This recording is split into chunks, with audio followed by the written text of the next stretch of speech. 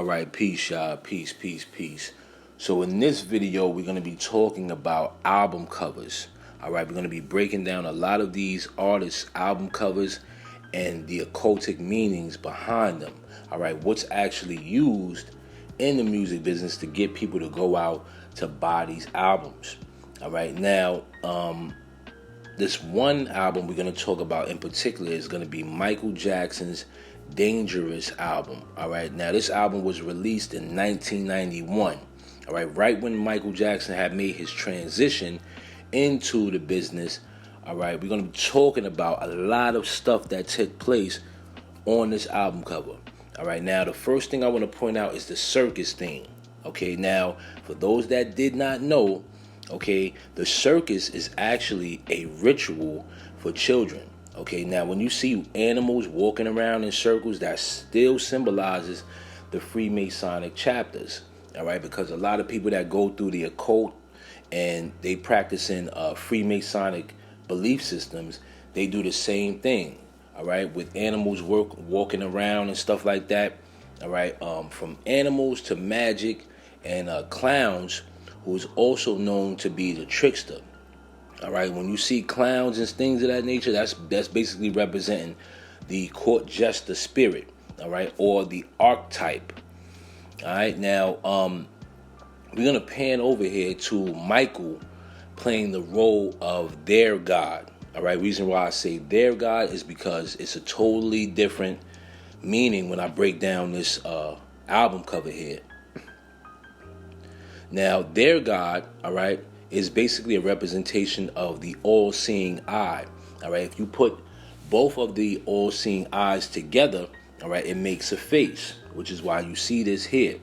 Now, if you don't believe me, you just got to ask yourself this question: why else, all right, would they put the earth beneath Michael Jackson?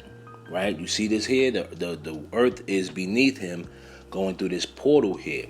All right, but that's because they're representing the all-seeing eye.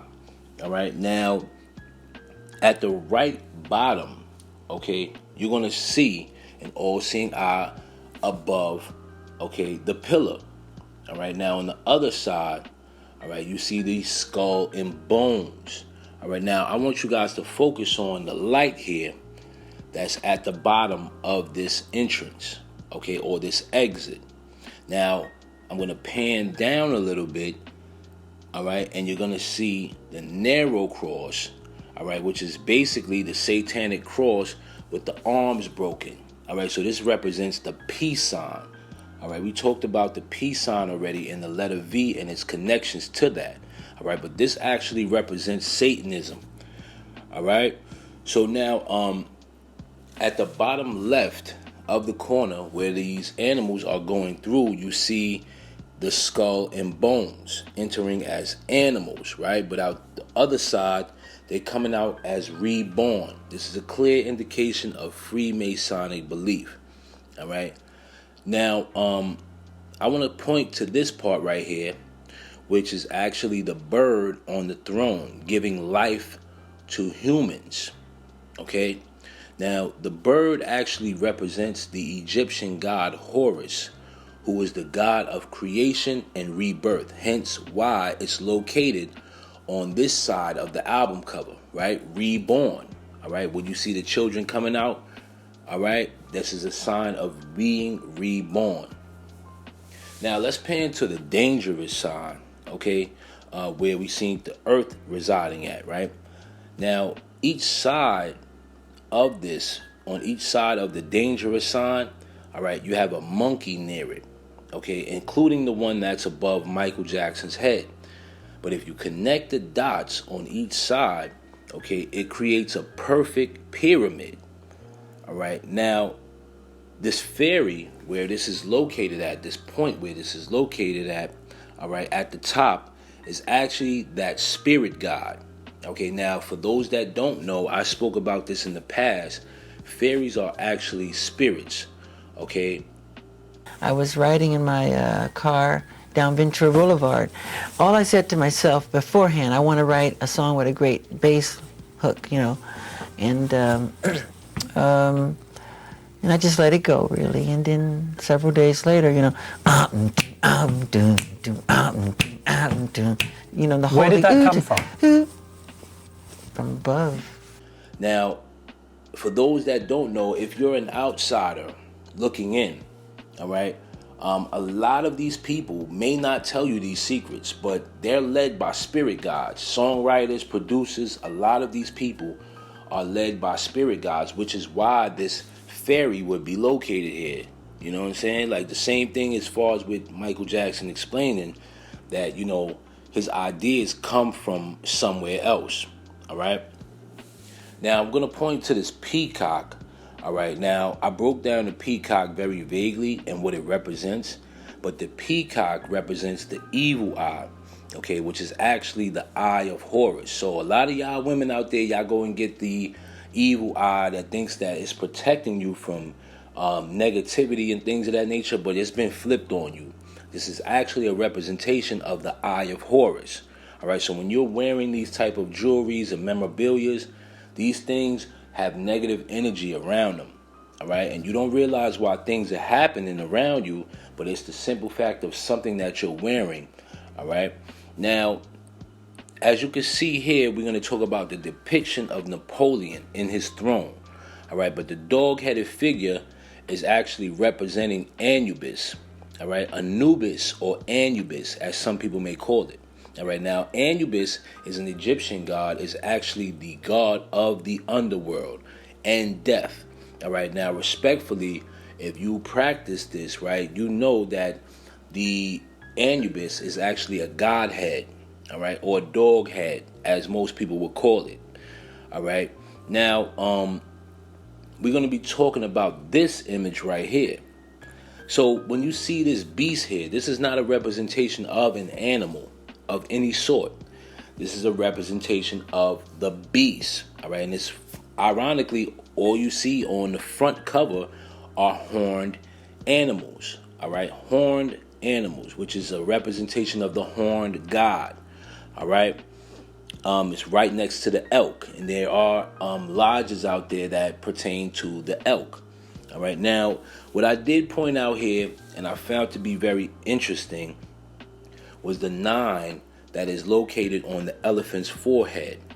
Okay, and then the 7 that's on the ringleader's top hat. Now, you guys may know what the 9 represents on top of the elephant's head. I wasn't able to understand that, but the 7 represents the 7 different gods. All right. In Christianity, you may have the or Catholicism. In Catholicism, you may have the 7 archangels. All right. Some people could say that the Anunnaki, there were 7 individuals. All right, if you're into West African practices, there are 7 African powers. So the number 7 is very strong in the music industry. If you practice the Nation and Gods of Earth, they revolve around the number 7. Okay, so the 7 is very intricate in the music business. It may mean something else for other individuals, but when we break it down, it has a significant meaning. Now, this next album we're going to be talking about is Bobby Brown's King of Stage. Now, many people don't want to believe this, but Bobby Brown is and always will be a Freemason. Okay? Now, we're going to take a look at the Freemasonic patterns here. Okay? Now, this is inside of the album sleeve cover. If you over 30, you know that when you used to buy vinyl records, they would have an inside sleeve cover. All right, but now I want you guys to pay attention to Bobby Brown, all right, standing on the Freemasonic chessboard, also known as the Mosaic pavement. Now I'm going to show you guys what this actually represents here. So the Mosaic pavement, right, is the black and white checkered floor. All right, has an existence in temples since the time of ancient Egypt. More than simply decorative, the Mosaic pavement bears a profound esoteric meaning. Today, it is one of Freemasons' most recognizable symbols and is the ritualistic floor of all Masonic lodges. The pavement in the area on which initiations occur is the emblematic of human life, checkered with good and evil. The Mosaic pavement is an old symbol of the order. It is met with the earliest rituals of the last century. It is classed among the ornaments of the lodge among with the indented tassel of the blazing star. All right.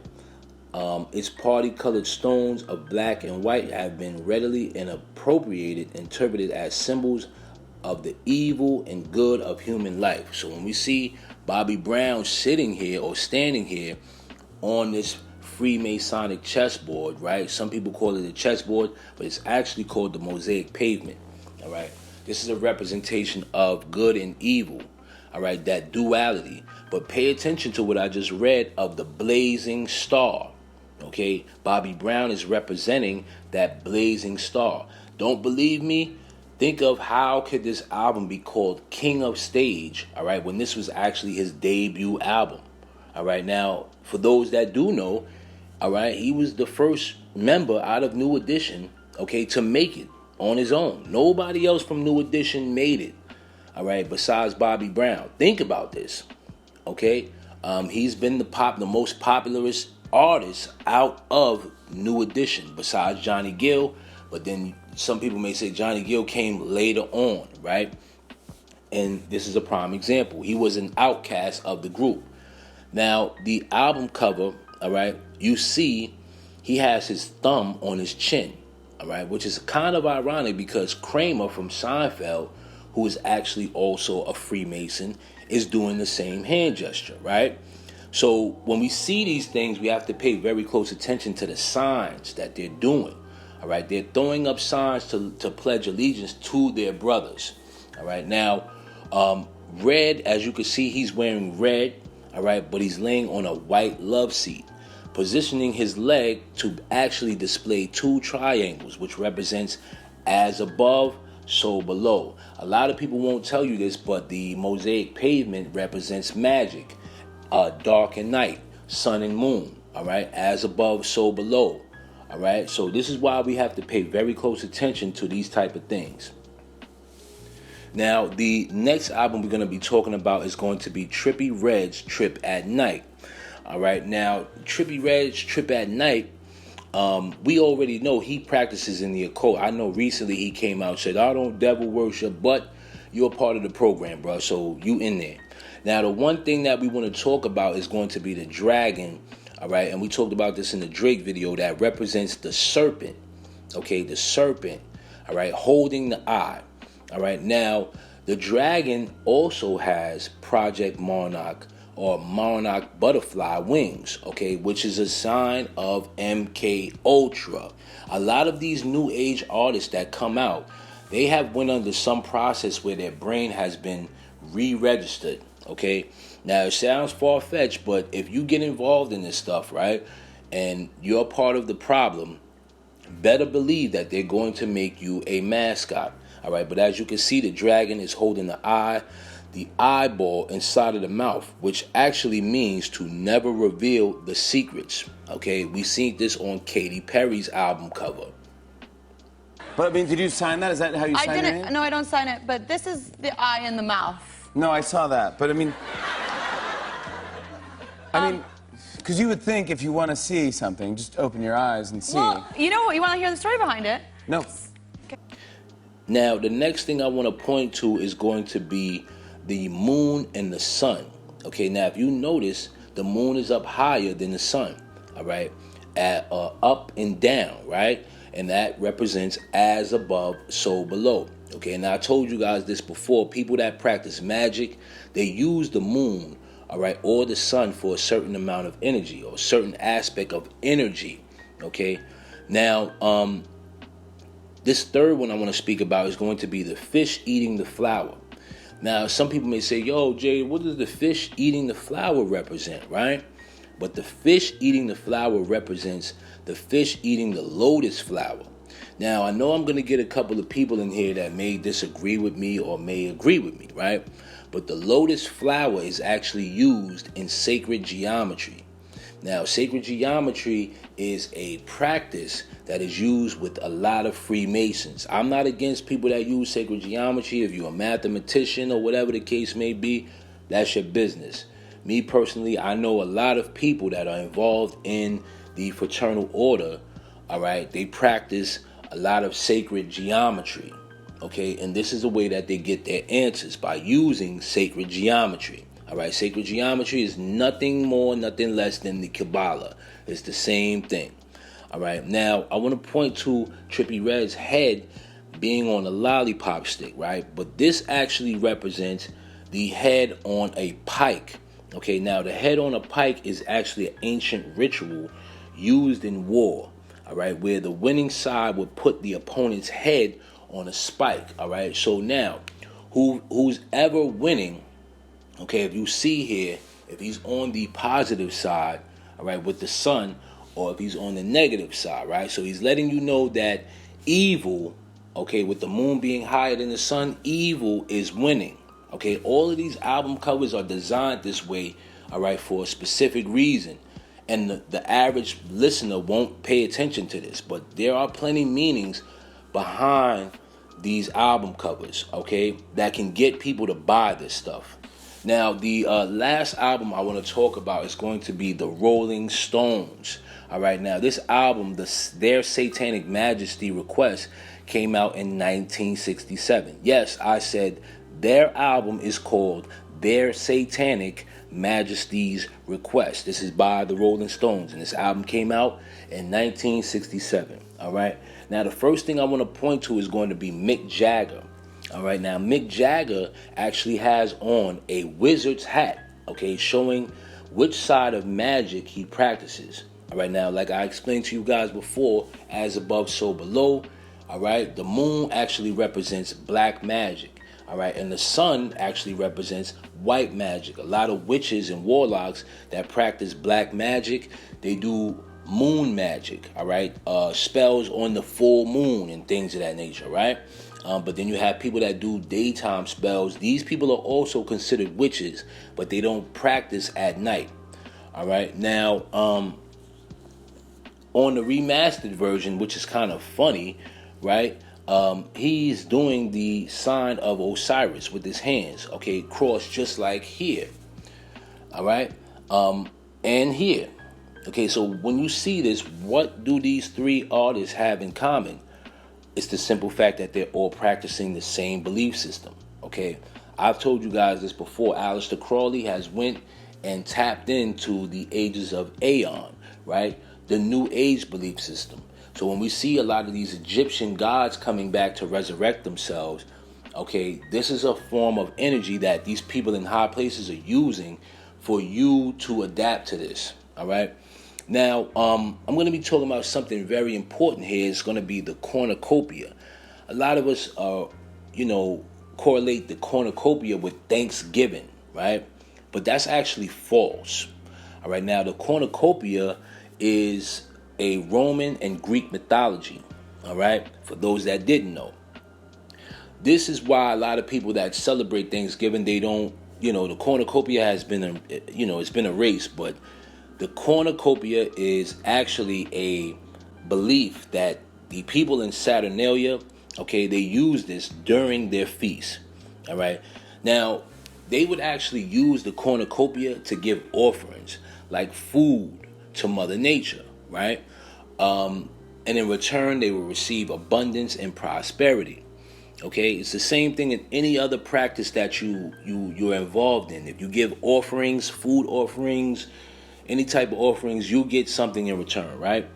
Now, the cornucopia actually represents the womb of Mother Nature. Okay, now I want to pan over to the top left of this album cover, right? And you see here, they have Saturn. Okay, and like I just said to y'all before, a lot of these people in the music business, they deal with Saturn worship. Okay, there's not going to be one person that's famous that okay, that's not going to tell you, hey, you know what? I don't mess with any of that stuff. They all participate in some type of occultic practice. Okay, now we're going to pan over to the right side of the album where we see the evil eye. Okay, but it's disguised as a flower. Now, this is the same symbol that is used on peacocks, right? But the peacock is significant because it is a fowl. Okay, and a lot of people from Saturnalia and all of these olden days Greek mythologies, they would sacrifice peacocks, as well as in Egyptology. They would sacrifice peacocks for benefits. This is why that animal is so special, right? Now, if you look very closely here, you're going to see John Lennon's face, all right, along with another person who I can't make out, all right, but John Lennon actually died in 1980, all right. When you see a lot of these album covers with hidden faces in them, that's why you have to pay very close attention, all right. Like you see here on this album cover, this actually can be used as a ritualistic energy, okay. Now, you say, Jay, what's a ritualistic energy? All right, a person can actually drain another person's energy by way of driving focus towards them. Okay, so I'll break it down for you. I won't really teach you how this works, but I'll break it down. So the fact that Mick Jagger, okay, he's on the front of this album cover, but he used John Lennon's face in the background. Okay, it basically, all right, derives the energy of John Legend to Mick Jagger, okay, because subliminally you cannot see John Lennon there, but he's there. All right, so if you're glancing at the album cover and you're looking, you feel in your mind you see John Lennon, but you're actually focusing on Mick Jagger. All right, so he's draining his energy ritualistically. So you have to be very careful. People use this all the time. All right, now I can't give y'all guys details on how to do this stuff, but it does happen. All right, it does happen. Now, with that being said, y'all, I hope I broke these album covers down. And now what I want y'all to do is leave a comment below and let me know which album covers y'all want me to break down next. All right, make sure y'all subscribe, like, and comment on this video so we can get this going. Peace.